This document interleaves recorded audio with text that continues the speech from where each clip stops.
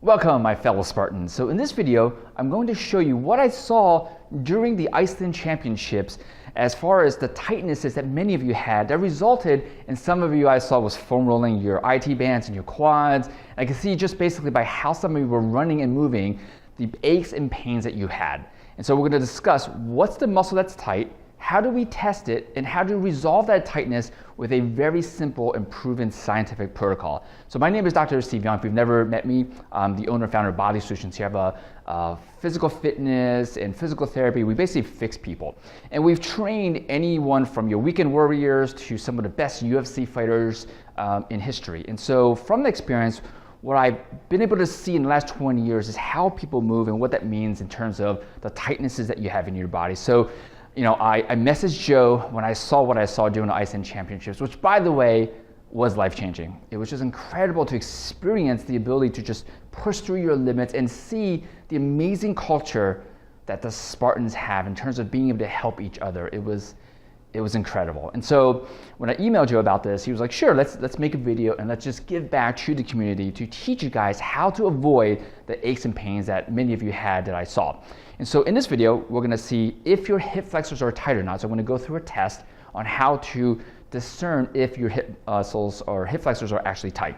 And then we're gonna talk about what's the program to resolve that as fast as possible that's based on science. So let's jump right into it. So you can use the edge of your bed. If you have a table like this, you could use that as well. You're basically gonna go on your back, you're gonna pull one knee to your chest and make sure nothing is behind the other thigh.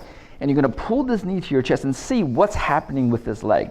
If you notice that if the leg is only parallel to the floor or your body, like it is now, it means you have tight hip flexors, because normally it should go down and make a 30-degree angle with the parallel plane of your body, right? So it should be kind of down here, not tight like up here, right? So you would basically pull this knee to your chest and then see what's happening with this muscle. If it is indeed parallel to the floor, it definitely means that you have tight hip flexors, right? And so you would test both hip flexors. And of course, logic would state that if one is tight, the other one's probably gonna be tight as well.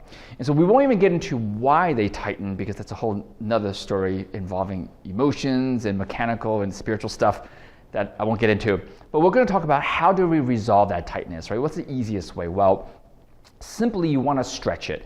But there's a very specific protocol that you can use to stretch that we're going to leverage research articles. As a scientist, we use research articles to support what we do. And just to give you some history, we've coached, did the strength conditioning and trained not only weekend warriors for the last 20 years, but some of the highest level belt holders in the UFC athletes and anywhere in between. Right? So I've done a wide variety of populations. And so what we found is that when we leverage science and do it sort of the proper way, things resolve very quickly. So that's the good news. So let's talk about how do you stretch this muscle? Well, the very position that we just tested in is actually a great position to stretch it, right? In other words, in the morning, what I suggest that if that test was positive for you, you want to make sure that you do the stretch. The safest way to do the stretch to protect your back was that position, right? So you can simply get into this position. Now, if you have really tight hip flexors and you're pretty strong, you might need some ankle weights to get enough pressure to stretch the muscle. Now, you don't want to stretch into pain. It should just feel like a medium stretch. So if you don't have ankle weights, I'm a huge fan of MacGyvering it, if you're old enough to know that reference. And so you basically can get like a bath towel, wet it, and then wrap it around your ankle. It's gonna be about 3 to 4 pounds of moisture and weight on that, and that'll be good enough, right? So, but if you have ankle weights, you can use about a 5-pound ankle weight. That's usually a common weight that most people use that is very appropriate. And so you basically would put the ankle weight on. You wanna make sure you pull this knee up first before you let the leg drop. The reason is, if you let the leg drop first, like this, right now it's hyper arching my back, which can hurt your lower back, before I pull this knee up. Right, if you notice, see how this leg angle changes as I pull this up? It's because what we want to do is we want to make sure that your lower back doesn't hyper arch. That's why we're pulling this knee up, to get this stretch without your back being hurt. And so you would hold here for 30 seconds.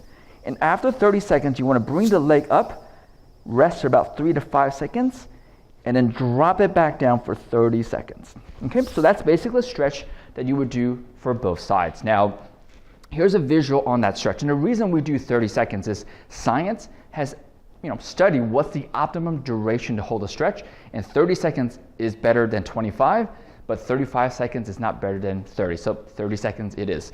And so here's a tight hip flexor.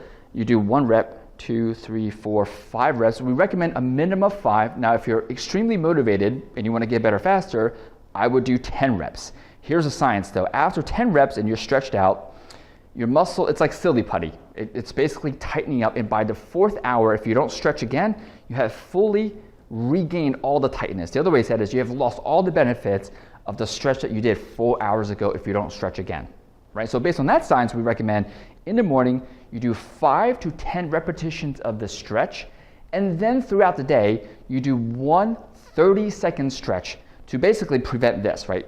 30 seconds every hour. You keep that all day. Unfortunately, when you do sleep, you're going to lose about 80% of it.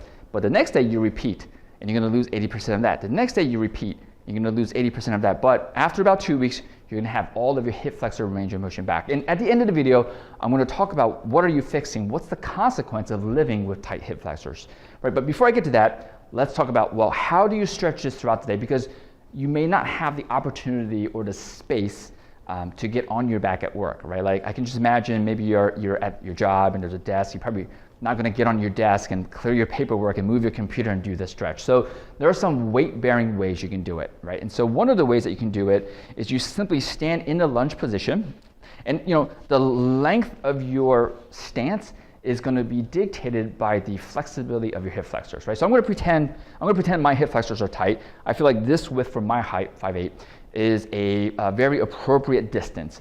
First step is you want to tuck your butt in, right? So you basically want to round your lower back while you're keeping your chest up. And the only way to do that is it feels like you're doing crunches, right? You're like flattening your lower back. If all of my weight is back here, this is the hip flexor I'm about to stretch. The reason I'm leaning back this way is I'm starting off by securing my pelvis and my back so that once I keep this tight and I start to lunge forward, and then at some point you're going to feel stretch in this hip flexor. If you don't start back here and don't tuck your butt in, if I just kind of relax my core or keep my back arched, I can go forward and not feel stretch at all because it's not securing your spine. And again, the hip flexor, because it attaches to your spine, there's actually 2 muscles. The psoas attaches to your 5th, 4th, and 3rd vertebrae of your spine. You need to secure that as you lunge forward, right? So the more flexible you are, you just take a wider stance. Again, start back here, tuck your butt in, and lunge forward. And in this position, I can feel stretch right here. And so you would hold this for 30 seconds, and then basically just reverse on the other side. Tuck your butt in, crunch, but keeping your chest up. Don't round forward because that's going to take the stretch off. Keep your chest up, but tuck your butt in, and then lunge forward and hold that for 30 seconds, right? So you could do this 30 seconds, and then go back to work or doing whatever you're doing every hour. If you can follow that protocol, again, the visual is you're keeping it stretched out all day. And then at night, again, if you're really motivated, you can do another round of the version on the table. Again, I like the table, or you can do it in bed because it protects your back. This is a little bit trickier. You can actually possibly hurt your back doing it that way. But doing it on bed, there's really no risk, right? So let's talk about why is this important and what's happening to your body. Why is this causing back, hip, and knee discomfort? Well, your hip flexors, because it goes from your thigh bone here, called the femur, and attaches to the front of your vertebrae. If you notice, if you did the test, and this is always this big aha discussion when I have with the patients here, if your leg is only parallel to the floor and to your body, that means you have no motion to walk normally, right? Because for you to walk, your leg has to get behind your body. It actually makes about a 30-degree angle. But if you tested positive on that test and your leg was only parallel to the floor, the question is, how are you walking, right? Because you actually don't have the motion to take a step because your thigh cannot get behind your body, right? So you would walk like a penguin like this. And obviously, you're not walking like a penguin nor running like a penguin because that would be weird. And so what's happening though is when you go to run or when you walk, your back has to hyper arch, right? But that's going to bring the stretch away. It's going to bring the origin and the insertion this way, right? Because normally your back would stay here, but by arching your back, I'm exaggerating, we can take the stretch off, and guess what? Your piriformis and all those muscles that typically gets tight that you're foam rolling has to activate to turn your hip out a little bit because that's going to take the stretch off as well, right? So with every single stride, your back will arch and rotate, and then arch and rotate. And so what happens is that, one, it rubs and twists your spine, so your back gets inflamed. And you might feel pressure. If you wake up in the morning and you feel some pressure in the back, it's some of the inflammation that you're feeling. If you're running, doing squats and doing your workout, or maybe doing some burpees, which I must admit, I do not love burpees, you might feel some pressure here. It's because your back is inflamed. And if you're running and you foam roll like your piriformis, like your hip muscles here, and they're very sore, it may be because that this has been tight and they've been overworking with every stride, every training, every Spartan race that you're doing. These muscles are overworking.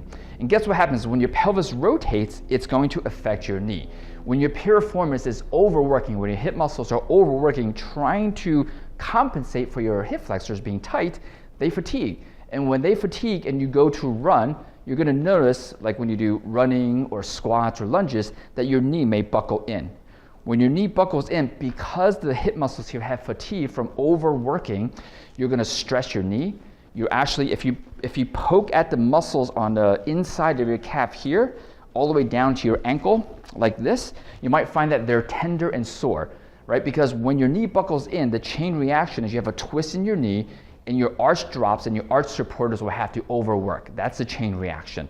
And so by simply stretching out the hip flexors, you can avoid all of those injuries all the way down from your back to your hip to your knee. Your IT band won't have to overwork as well, all the way down to your ankle, because your ankle will be in more alignment because everything else upstream is in better alignment. So I hope you found this video extremely helpful. It is my pleasure to give back to the Spartan community, and you can watch this video. If you have any questions, hopefully somewhere below there's an opportunity for you to just post questions. I'd be more than happy to come in and answer questions that you have, and make sure that you train like a Spartan.